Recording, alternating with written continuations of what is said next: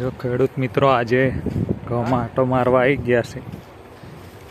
ઘઉં પાણી લેવાના થઈ ગયા છે. બીજી વાર થોડા દિવસમાં હવે પાણી લેવાનું છે ઘઉંમાં.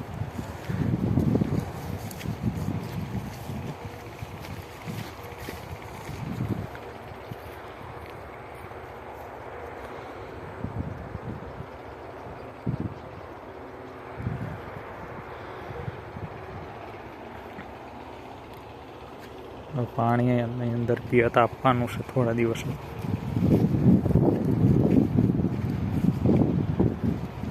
યુરિયા ખાતર આપી અને પાણી ચાલુ કરવાનું છે આમાં. ઘઉં કેવા છે ખેડૂત મિત્રો, કોમેન્ટ કરજો આ વિડીયોમાં.